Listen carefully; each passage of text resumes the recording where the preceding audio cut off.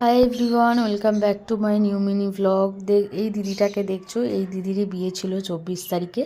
খুব মিষ্টি লাগছে দিদিকে।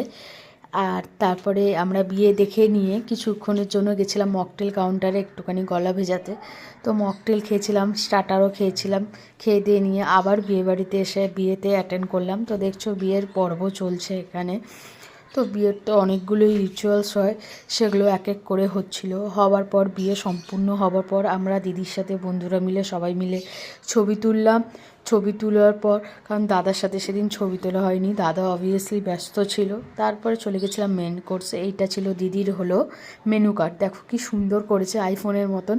তো খাবারে ছিল কড়াইশুঁটির কচুরি, আলুর দম, ফিশ ফ্রাই, স্যালাড, আর ছিল বাসন্তী পোলাও, মটন কষা, চাটনি, পাঁপড়, মিষ্টি, দু রকমের সন্দেশ, মানে একটা সন্দেশ ছিল, একটা মিষ্টি ছিল, আর লাস্টে ছিল আইসক্রিম এবং পান। তো পানের আর ভিডিওটা তোলা হয়নি। খাবারগুলো খুব সুন্দর ছিল, খুব ভালো ছিল। আজকের জন্য